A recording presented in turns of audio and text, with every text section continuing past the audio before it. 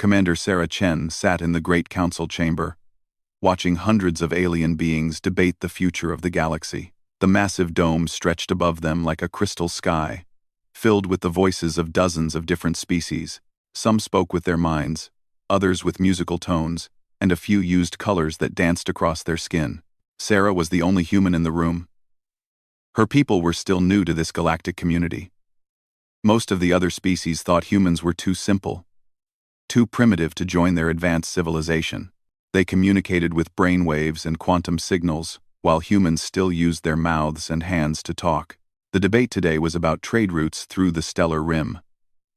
The Vex High, tall beings with crystal heads that glowed when they thought, were arguing with the Thornback Collective.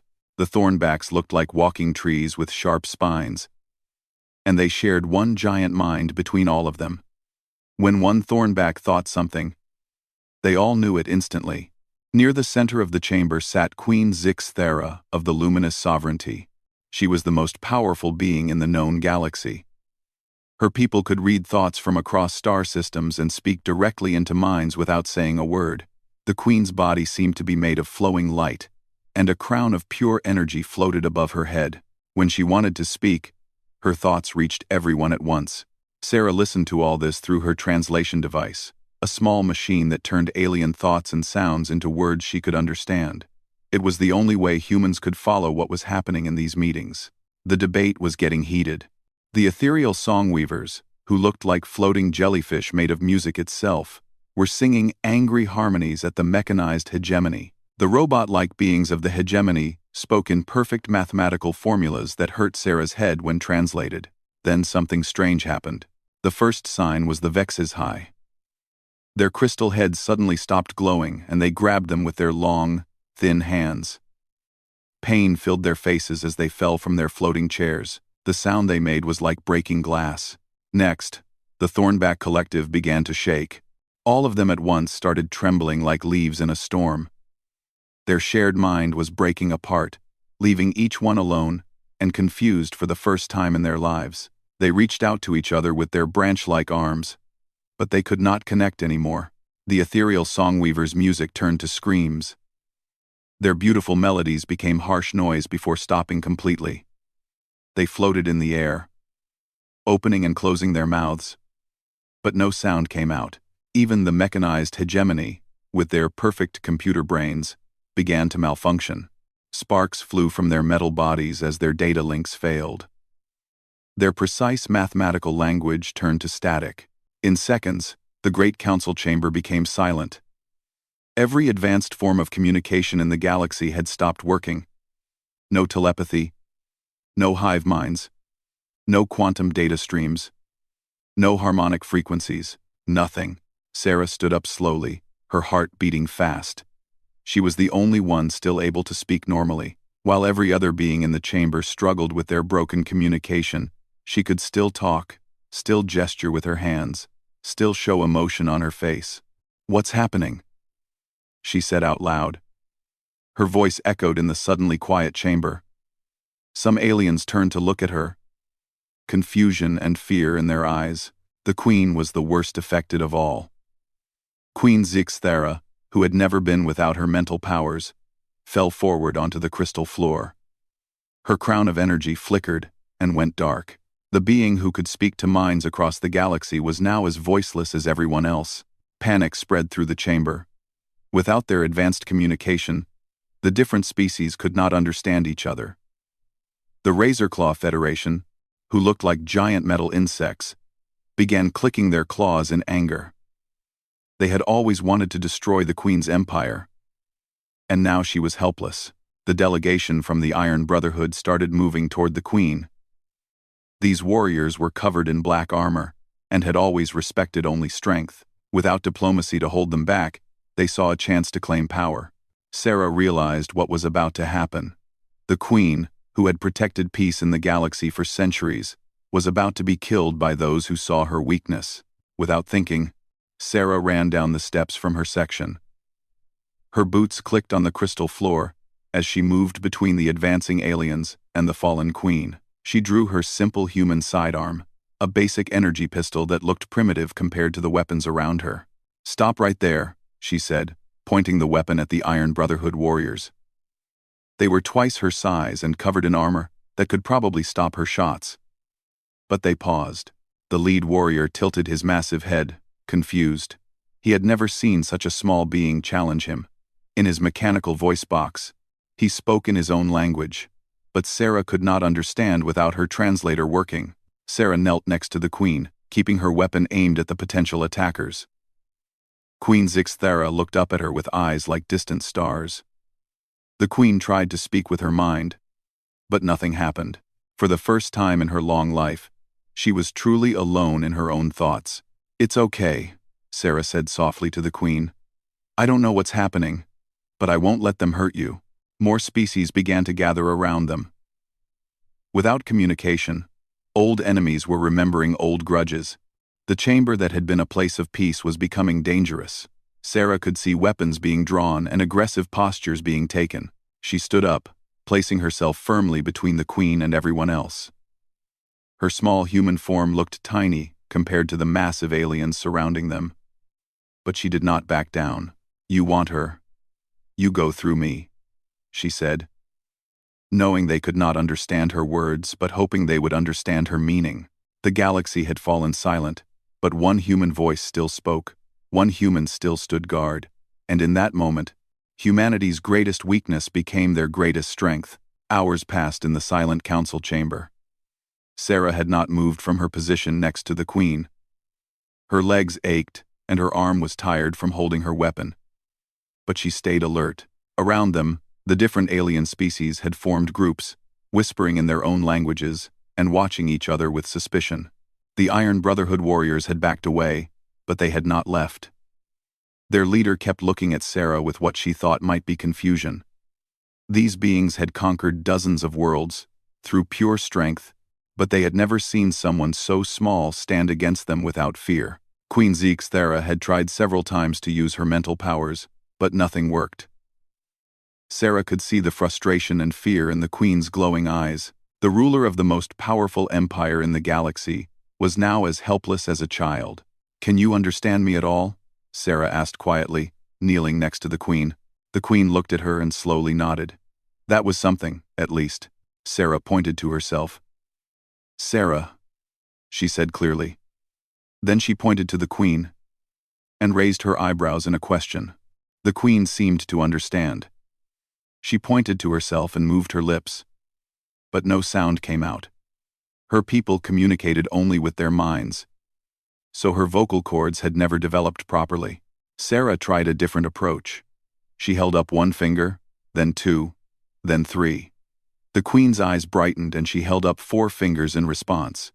They could use numbers and simple signs. Across the chamber, Sarah noticed something troubling. The Razorclaw Federation was moving closer to the Thornback Collective. Without their shared mind, the tree-like beings were confused and scared. They huddled together, trying to touch each other to feel less alone. The Razorclaws saw this as weakness. Sarah stood up and cupped her hands around her mouth. "Hey!" she shouted as loud as she could. "Back off!" Every being in the chamber turned to look at her. The sound of a human voice in the silence was like thunder. She pointed at the Razorclaws, then made a cutting motion across her throat. The meaning was clear even without words. The lead Razorclaw, a creature that looked like a giant praying mantis made of metal, clicked its claws together angrily. It said something in its own language that sounded like static electricity. Sarah could not understand the words, but she understood the tone. She had heard that same angry sound from bullies back on Earth. She walked toward the Razorclaw, her weapon still in her hand.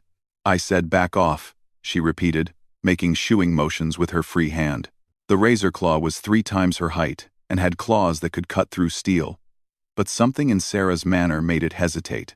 Humans had a way of moving when they were truly angry that other species found unsettling. Her face showed emotions that the more advanced beings had forgotten how to read. Sarah turned to the frightened Thornbacks and made calming gestures. She patted the air with her hands and made soft sounds. "It's okay. You're safe." The tree beings could not understand her words, but they understood kindness.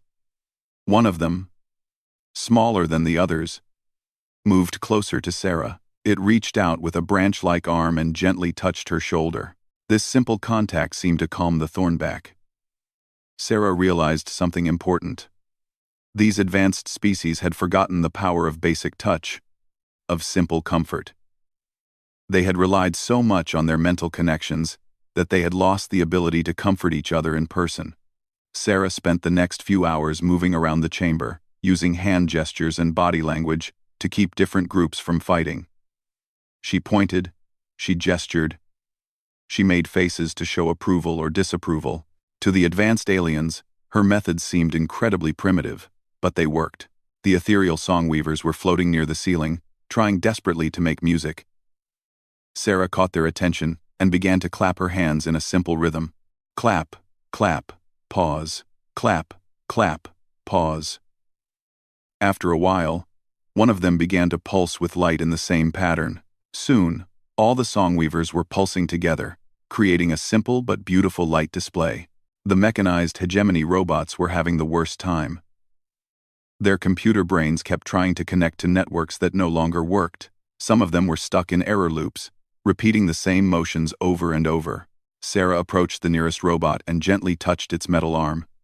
The machine stopped its repetitive movement and looked at her with glowing eyes. Reset, she said clearly, making a circular motion with her finger. The robot tilted its head. Then suddenly its eyes blinked. It seemed to understand that it needed to stop trying to connect and start thinking for itself. Meanwhile, Queen Zixthara was watching everything Sarah did. The queen had ruled for hundreds of years using telepathy and mental manipulation. She had never needed to use gestures or expressions to communicate, but she was learning by watching the human. When Sarah returned to her side, the queen tried to copy some of the gestures she had seen.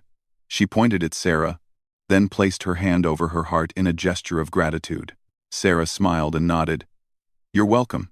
But their moment of connection was interrupted by a new sound. Deep in space around the station, sensors were picking up something approaching. The early warning systems began to flash red lights throughout the chamber. The lights meant danger, but without communication systems, no one knew what kind of danger. Sarah looked around and saw fear growing on alien faces. Whatever was coming, the station's defenders would not be able to coordinate properly without their advanced communication networks. Sarah felt a cold fear in her stomach. They were all helpless, floating in space with no way to work together if something attacked.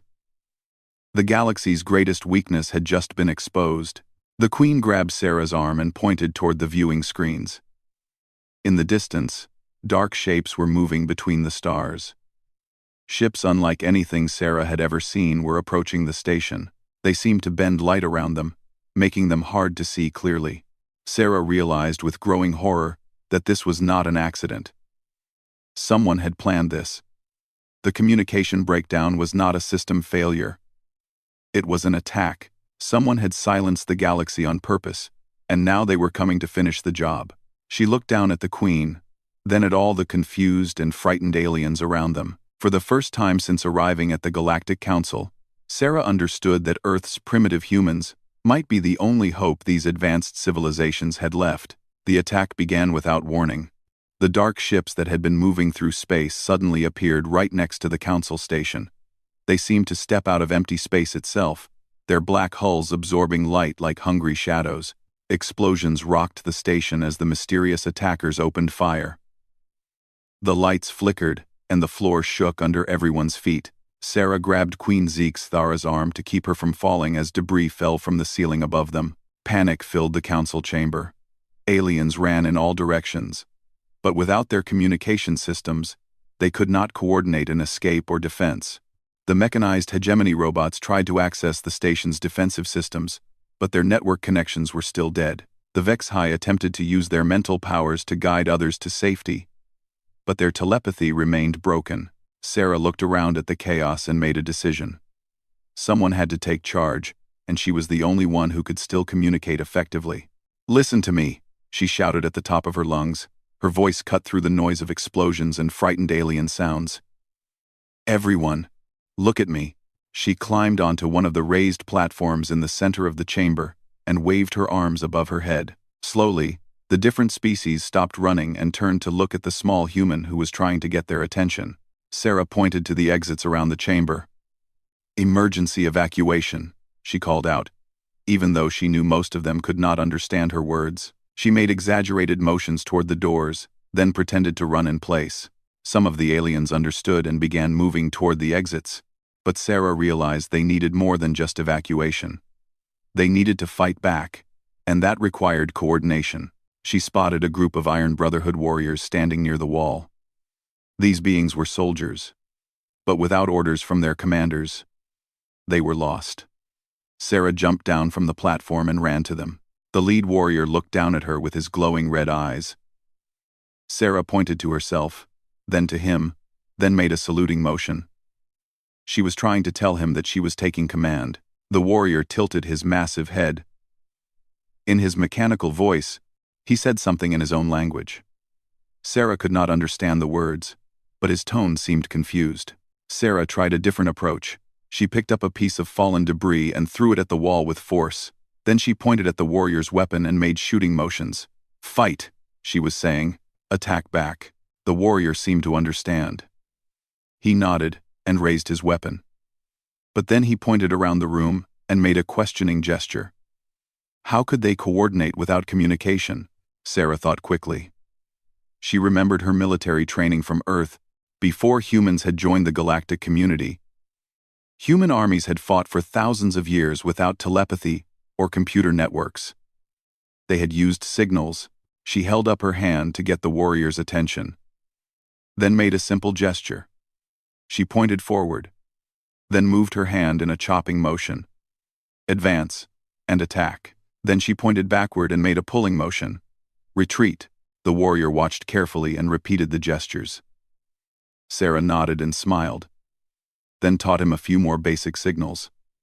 Point and shoot. Spread out. Take cover. Within minutes, Sarah had taught basic hand signals to the Iron Brotherhood squad. They began moving through the chamber, using her signals to coordinate their actions. It was primitive compared to their usual quantum communication. But it worked. The station shook again as more explosions hit the outer hull. Through the viewing windows, Sarah could see the attacking ships getting closer.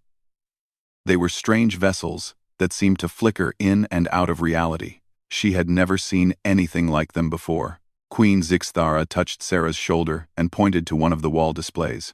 The Queen had managed to activate a visual sensor system that did not require network communication. On the screen, Sarah could see the attackers up close for the first time. The beings piloting the dark ships looked like shadows with eyes. They moved in perfect coordination, as if they shared some form of communication that was not affected by whatever had silenced the galaxy. Sarah realized with growing dread that this was not a coincidence. These attackers had deliberately disabled everyone else's communication while keeping their own. They planned this, Sarah said to the Queen, even though she knew the Queen could not fully understand her words. They waited until we were helpless. The Queen nodded gravely and pointed to her own head, then made a gesture of something being cut. She was trying to tell Sarah that these beings had somehow severed all telepathic and technological communication in the area. More Iron Brotherhood warriors had gathered around Sarah. She taught them her simple signal system, then pointed toward the exit that led to the station's defense centers. If they were going to fight back, they needed to reach the weapon controls. But as they started moving, a new problem appeared. The different alien species in the chamber were starting to fight each other instead of the real enemy. Without communication, old fears and prejudices were taking over. The Razorclaw Federation was attacking the Thornback Collective, thinking they were weak and easy prey. The mechanized hegemony was trying to take control of the station's systems by force. Sarah realized she needed to do more than just coordinate one group of warriors. She needed to unite all these different species against the common threat. She climbed back onto the platform and waved her arms for attention. When the fighting aliens looked at her, she pointed at the viewing screen showing the dark ships. Then, she made a cutting motion across her throat. The enemy, she was saying. They are the real danger. Some of the aliens seemed to understand, but others kept fighting. Sarah tried something else. She grabbed a Razorclaw warrior and a Thornback defender who were about to attack each other. She pushed them apart, then pointed at the screen again. She made them both point at the same target. Then she did something that surprised everyone. She took the Razorclaw's metal claw in one hand and the Thornback's branch-like arm in the other. She brought them together in a handshake. The two beings looked at each other in surprise. They had been enemies for generations. But Sarah's simple gesture reminded them that they had bigger problems right now. Word spread through the chamber in a way that did not need advanced communication. Aliens began copying Sarah's gesture, making peace with their old enemies and pointing together at the real threat outside. For the first time in galactic history, every species in the Council was working together without their technology to help them. They were learning to cooperate the way humans had always done. Through simple gestures, shared goals, and the basic understanding that sometimes you have to work with people you do not like in order to survive. Sarah looked at Queen Zixthara and saw something new in the royal being's glowing eyes. Respect. The Queen was beginning to understand that humanity's primitive ways were not weaknesses at all. They were strengths that the advanced galaxy had forgotten they needed. The battle for the Council Station raged through the corridors as Sarah led the first mixed-species strike team in galactic history. Iron Brotherhood warriors, Thornback defenders, Razorclaw fighters, and even some mechanized hegemony robots moved together through the station's hallways, following Sarah's hand signals. The enemy had boarded the station in several places. Sarah could see them now. The shadow beings that called themselves the Void touched. They moved like liquid darkness, flowing through the halls and striking without warning. Their weapons fired beams of black energy that seemed to drain light itself from the air. Sarah's team reached the first defensive position, but they found the station's regular guards in chaos. These beings had trained for years, using advanced tactical networks and instant mental communication. Without their technology, they were paralyzed by confusion. "Follow my lead," Sarah said to her team, knowing that only the robots could understand her translated words. She used gestures to explain her plan to the others. She pointed to a group of Thornbacks, then made spreading motions with her hands. "Take the left side." She pointed to the Iron Brotherhood warriors and gestured to the right. "Flank them from that direction." The Razorclaws got the signal to attack from above using their climbing abilities. It was basic military tactics that human armies had used for thousands of years. No computers, no telepathy, just simple coordination and timing. Sarah raised her hand, counted down on her fingers, 3, 2, 1. Then pointed forward. The attack was messy compared to the precise operations these species usually conducted, but it worked. The Void Touched had expected to face a sophisticated but communication-deaf enemy. Instead, they found themselves fighting something more dangerous. Warriors who could adapt and coordinate using instincts rather than technology. The shadow beings fell back, confused by tactics they had never encountered. Their own quantum communication allowed perfect coordination. But it also made them predictable. They could not understand how the station's defenders were working together without any detectable signals. As the team pushed deeper into the station, Sarah noticed something important. The Void Touched were trying to avoid direct contact with her. When she got close to them, they seemed to flicker and become less solid, as if her presence disturbed their shadowy forms. Queen Zixthara, who had been staying close to Sarah throughout the battle, suddenly grabbed her arm and pointed to her own head. The Queen was trying to tell her something important. Sarah knelt down next to the Queen while the others kept fighting. "What is it?" The Queen pointed to Sarah, then to her own mind, then made a swirling motion with her finger. She was trying to say that Sarah's thoughts were different somehow. Then Sarah understood.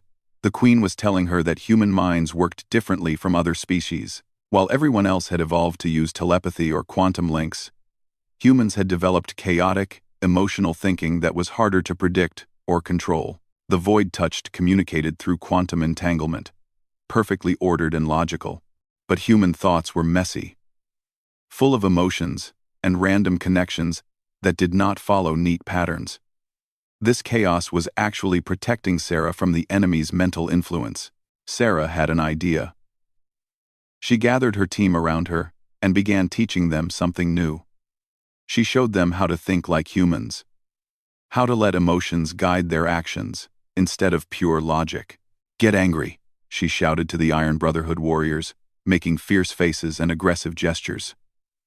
"Fight with your hearts, not just your programming." The robots' eyes flickered as they tried to process this strange concept. But slowly, they began to understand. Instead of calculating the most efficient attack patterns, they started fighting with what could only be called passion. The Thornbacks, naturally emotional beings who had been forced to suppress their feelings for their hive mind, suddenly let themselves feel the fear and anger they had been holding back. Their attacks became unpredictable and fierce. Even the disciplined Razorclaws began fighting with a wildness they had not shown in centuries. Their perfectly trained movements became chaotic and dangerous. The change in fighting style confused the Void-Touched even more. They had spent eons studying the logical patterns of galactic warfare, but they had never encountered the beautiful chaos of human-style combat. Sarah's team fought their way to the station's main defense center, where they found more good news and bad news. The good news was that some of the station's weapons were still working without the communication network. The bad news was that nobody knew how to use them without their usual computer interfaces. The weapon controls were designed for telepathic operation. Gunners would think their commands directly to the systems. But with telepathy blocked, the massive cannons that could drive off the Void-Touched fleet remained silent. Sarah looked at the controls and realized they needed a different approach. She found the manual backup systems that had been installed but never used. These were simple mechanical controls that responded to physical switches and levers. "Anyone know how to aim a cannon the old-fashioned way?" she asked her team. One of the Iron Brotherhood warriors stepped forward. His people had conquered worlds before they joined the galactic community. He still remembered how to fight without computer assistance. Together, Sarah and the warrior began operating the station's defenses using visual targeting and manual calculation. It was slow and difficult compared to the instant precision of computer-guided weapons. But it worked. The first cannon shot that hit a Void-Touched ship seemed to surprise the entire enemy fleet. They had made themselves immune to technological targeting systems, but they had not expected anyone to still know how to aim by hand and eye. More defenders arrived as word spread through the station that the weapons were working, but there was a problem. Each species wanted to use their own methods to operate the defenses, and without communication, they could not coordinate their efforts. Sarah realized she needed to do something she had never done before. She needed to become the voice of the entire station. She climbed up onto the highest platform in the defense center and began using her body as a living communication system. She pointed to different teams and assigned them targets using gestures. She used her arms like semaphore flags to coordinate timing between gun crews. Most importantly, she began making sounds that every species could understand. She roared when she wanted them to attack with full force. She made sharp whistle sounds to signal retreat. She hummed low tones to tell them to wait and prepare. The defense center became a symphony of cooperation conducted by one small human woman. Species that had never worked together before began moving in harmony, following Sarah's emotional and physical cues. But the effort was taking its toll on Sarah. She had been fighting and coordinating for hours without rest. Her voice was getting hoarse from shouting commands, and her arms ached from constant signaling. During a brief pause in the fighting, Queen Zixthara approached her. The queen placed her glowing hands on Sarah's shoulders and looked directly into her eyes. Without words, Sarah could feel the queen's gratitude and something else: determination. The queen was telling her that she was ready to try something that had never been done before. Something that would either save them all or destroy what remained of galactic civilization. Sarah nodded, not fully understanding what the queen had in mind, but trusting the ancient ruler's judgment. Whatever was coming next, they would face it together. The primitive human and the most advanced being in the galaxy, united by their shared determination to protect those who could not protect themselves. Queen Zixthara closed her eyes and began to glow brighter than Sarah had ever seen. The queen's body became like a star, filling the defense center with warm light. Sarah could feel something happening in her mind. Not the invasive telepathy she had heard about, but something gentler, like a friend knocking on a door. The queen was trying to create a new kind of connection. Instead of forcing her thoughts into Sarah's mind, She was trying to blend their two different ways of thinking together. Sarah felt the Queen's vast intelligence touching her chaotic human thoughts. But instead of trying to control or organize them, the Queen seemed to be learning from the beautiful disorder of human emotion and instinct. Suddenly, Sarah understood what the Queen was doing. She was creating a communication network that combined telepathy with human-style emotional expression. It would be immune to the interference that had silenced the galaxy because it included the unpredictable element of human chaos. Sarah opened her mind to the connection, sharing not just her thoughts but her feelings, her fears, her determination to protect everyone on the station. The Queen absorbed all of it, then began to spread this new form of communication to others. The first to join the network were the beings closest to them in the defense center. Sarah felt their minds connecting, not in the cold, perfect way of traditional telepathy, but in something warmer and more alive. She could sense the Iron Brotherhood warriors' mechanical loyalty, the Thornback's deep roots of wisdom, the Razorclaw's fierce pride. The connection spread through the station like ripples in water. Each species that joined added their own unique perspective to the network. The ethereal songweavers brought melody and rhythm. The mechanized hegemony added logical structure. The Vex High contributed their experience with mental discipline, but the human element remained at the center of it all, providing the emotional chaos that made the network impossible to predict or control from outside. For the first time in galactic history, every species could truly understand each other. Not just their words or thoughts, but their feelings, their hopes, their fears. The network carried not just information but empathy. The Void Touched, monitoring the battle from their ships, suddenly found themselves facing something they had never encountered. Their quantum communication was perfect but cold, logical but heartless. This new network was messy and emotional and completely unpredictable. Sarah felt the change immediately. The defenders throughout the station were no longer just following her gestures. They were understanding her intentions before she even formed them.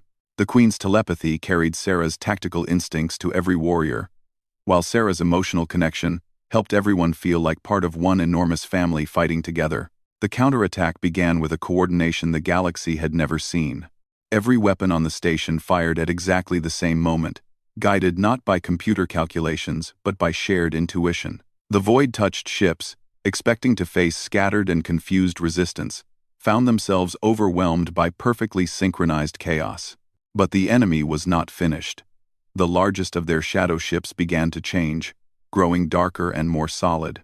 Sarah felt a cold presence pressing against the new network, trying to break through their defenses with pure, malevolent force. The leader of the Void Touched was trying to enter their communication system directly. Its ancient mind, evolved over millions of years of quantum entanglement, was attempting to take control of the network the way it had disabled the galaxy's original communication. Sarah felt the invasion like ice water in her veins. The shadow being's thoughts were perfect, logical, and utterly without warmth. It saw all life as inefficient chaos that needed to be organized and controlled. But as the Void-touched leader pushed deeper into the network, it encountered something it could not understand or control. Sarah's human mind was not just chaotic, it was creatively chaotic.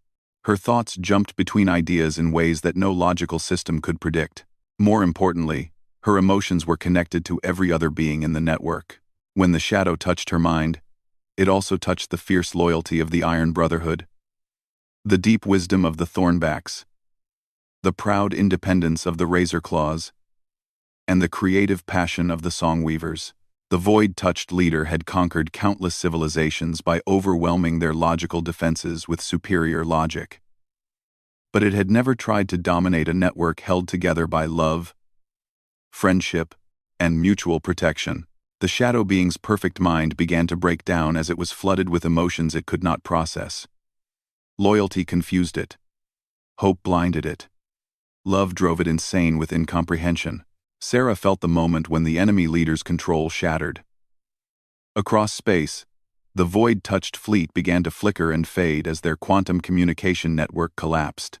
Without their perfect coordination, their ships started flying into each other or disappearing into the dark spaces between dimensions. The battle was over, but the new communication network remained. Sarah could feel beings throughout the galaxy beginning to connect to it as word spread.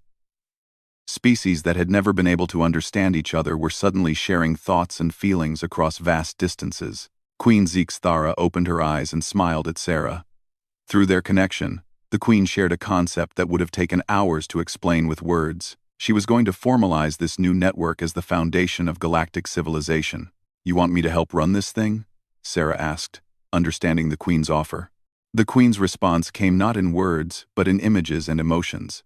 Sarah saw herself teaching alien children how to express feelings with their faces. She saw human gestures being learned by beings across the galaxy. She saw a future where no one could ever silence the voices of civilization again, because those voices now spoke with both mind and heart. Over the following weeks, the Galactic Council was reformed around the new communication system. Sarah became the first guardian of universal communication, tasked with ensuring that the network remained open to all, and that no single species could dominate it. The Queen made sure that humanity was not just welcomed into galactic civilization but recognized as essential to it. Earth's primitive emotional communication became the foundation that held together the most advanced network in the galaxy. Sarah often stood in the rebuilt council chamber, watching alien beings use hand gestures and facial expressions alongside their telepathy. Children of different species played together, learning to laugh and cry and show affection in ways their parents had forgotten. When visitors asked how humanity had known to guard the Queen when everyone else had given up, Sarah would smile and give the same answer every time. "We never forgot how to be human." And it turns out, that's exactly what the galaxy needed us to be. The universe had learned that sometimes the most sophisticated solution was the most primitive one. In a galaxy full of perfect communication, it took imperfect humans to show everyone how to truly connect with each other. And in the end, that connection was stronger than any weapon, more advanced than any technology, and more precious than any treasure the galaxy had ever known.